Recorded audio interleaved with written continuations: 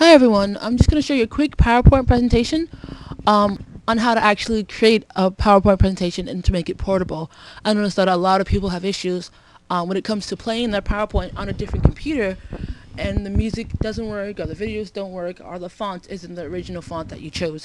So I'm just going to show you a quick, really quick tutorial on how to make sure you don't have those technical difficulties. So what you're going to want to do is create a PowerPoint folder where you're going to store all of your music files or all of your video and the PowerPoint itself. So I have my PowerPoint right here. Inside of it is a PowerPoint presentation that I'm going to delete. But you have your music file and your movie file right here in the folder. Now what you're going to want to do is, of course, open PowerPoint. This tutorial is for PowerPoint 2007.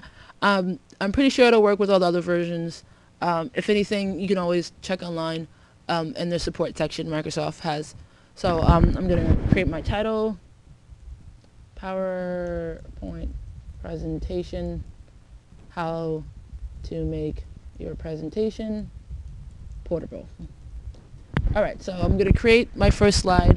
First slide I'm going to show you how to link your movie, and this movie is going to be in my presentation folder. Okay, so I go here, click this, find it, and I'm going to attach it. There we go. This option here is whether or not you want to start as soon as you get to the slide or whether or not you want to click the movie to start it. Again, that's up to you, personal preference. So I'm going to do it automatically. And as if I preview it,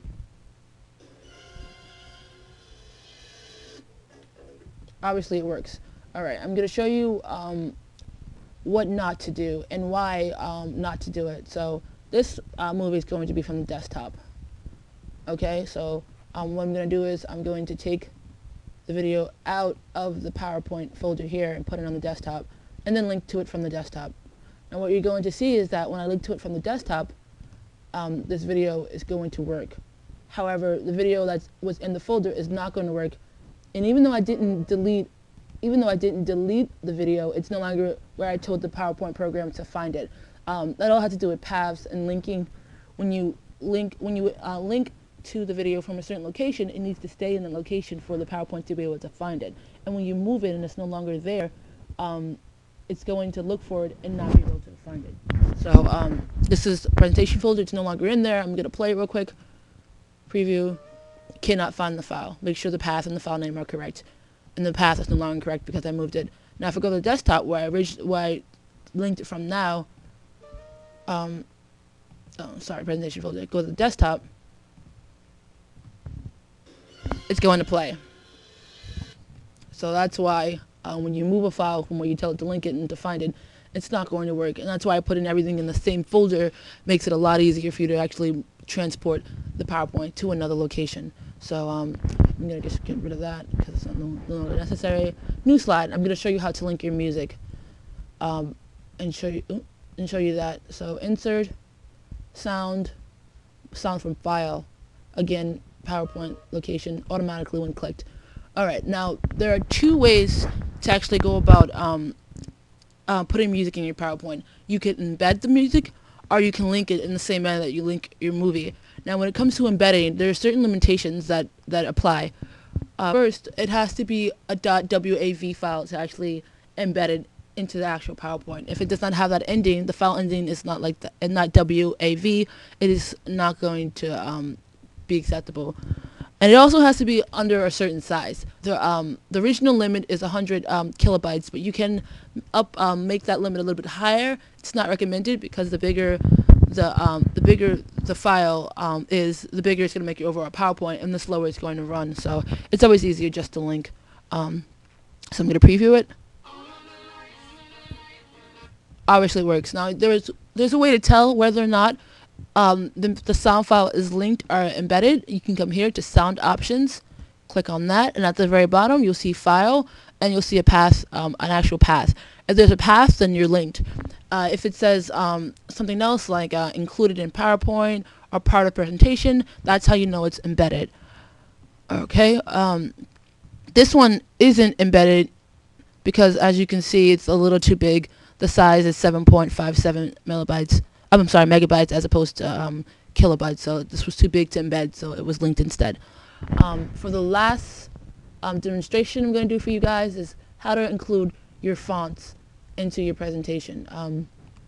If the way the fonts work is that your individual fonts are saved to the computer. So if you have a special font that you downloaded, it's not going to translate to another computer if that computer does not contain the font. So you'll have a couple of errors if you try to do that. And I'm going to show you how to get around that. So I'm going to just pick a bunch of fonts. So let's see, font number 1, font number 2. I'm just going to show you a couple of different fonts. As you can see, I have a lot to choose from. I like fonts actually a lot. Font number 3, and then we're done. So the way you can include your fonts into your PowerPoint presentation is you go to the menu, you go to Save. At the bottom of that Save area, you'll see PowerPoint options. You go ahead and you click on that. Over there, once you're to this menu, you hit Save again. And then the very bottom section, it says Embed Fonts in the file. You click on that. There are 2 options for you when you do this. That you can embed only the characters used in the presentation. This is best for making the overall size of the presentation smaller if you want to condense it and reduce it. What this is going to do is, if the PowerPoint has the word Apple, A-P-P-L-E, those are the only letters, the characters that will actually be available for you in the PowerPoint. So when you try to edit it or add words or letters, it's not going. That specific font will not show up. If you need to be able to edit the PowerPoint, what you're going to want to do is embed all characters, and this is the best way to do it for when you need to work on it with other people. You need to change last minute things at a different computer. So you do that, and you hit OK for those options. And then typically when I save it, I try to save it in the folder where I saved all my music and my movie files, just to make, as I said, transportation a little bit easier for you in the end. PowerPoint and save. Alright, that concludes my presentation. I hope it was beneficial to you guys. I hope you learned from it, and good luck on your PowerPoints, and thanks for watching.